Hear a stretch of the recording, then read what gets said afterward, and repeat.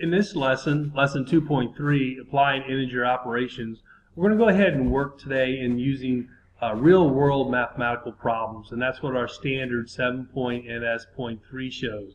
So our essential question is how can you use integer operations to solve real-world problems? In this lesson, we're going to go ahead and apply our skills that we've developed in operations of multiplication and division with integers and problem solving. Some key understandings that you're going to gain are all the information given in a word problem may not be needed to solve the problem. So you might have more than what you need. The order of operations applies to the integers. Integer operations are needed to solve everyday problems.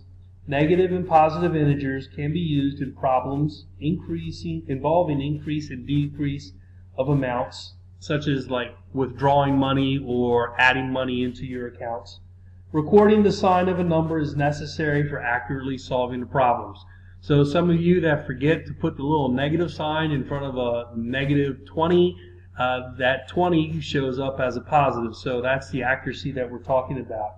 And then we're going to continue on with our problem solving skills. So here in our very first one that we have in example 1, we're going to talk about Hannah made 4 withdrawals of $20 from her checking account. She also wrote a check for $215. How much money did the amount of her checking account change? So let's go highlight some important information for us here.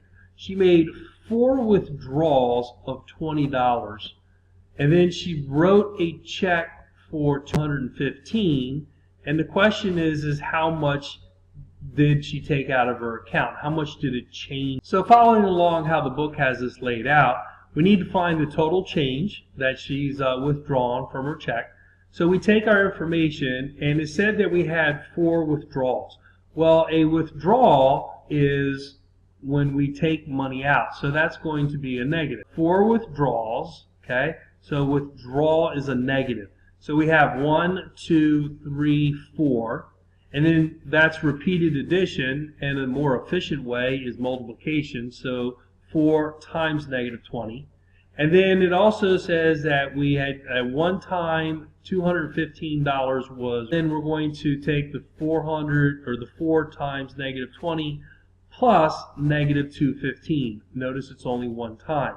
So we go ahead and we use our math properties that we learned about multiplying integers. So we have a positive times a negative.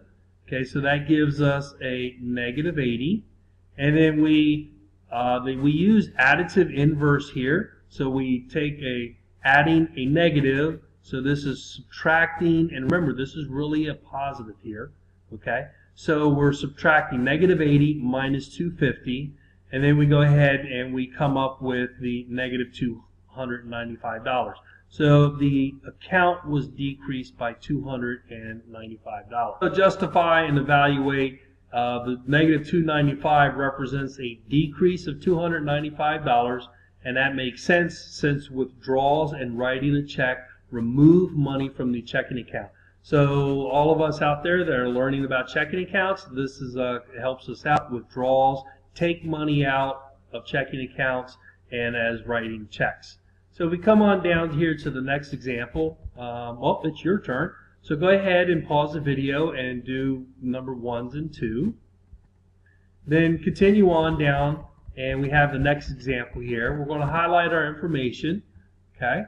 So we have 3 brothers, each have their own savings. They borrow $72 from their parents for concert tickets.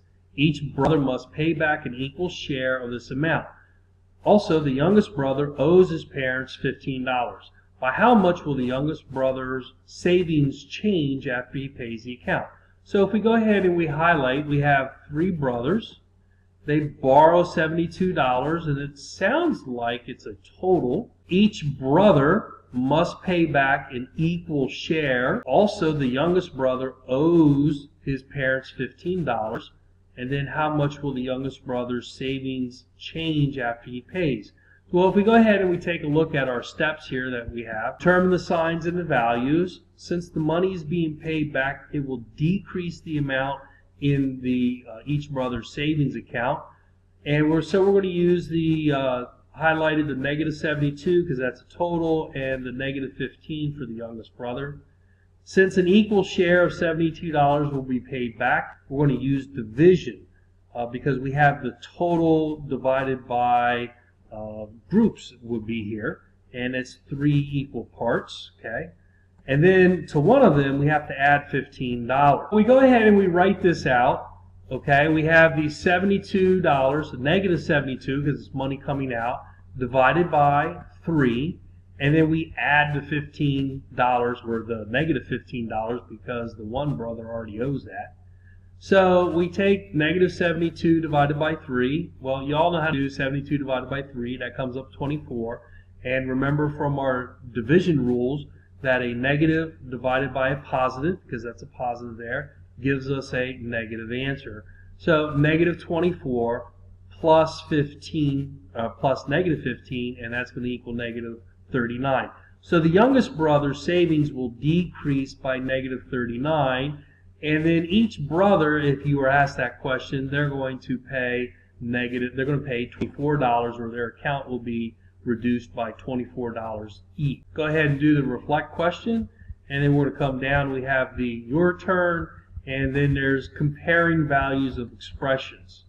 So Jill and Tony play a board game in which they move counters along a board.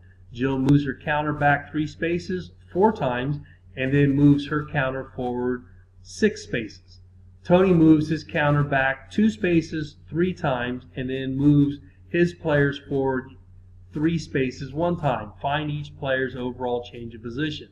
So you either highlight or you underline. I've been doing highlighting. I'm going to do underline here. So Jill and Tony play a board game and they move their game. So that's more information than I need.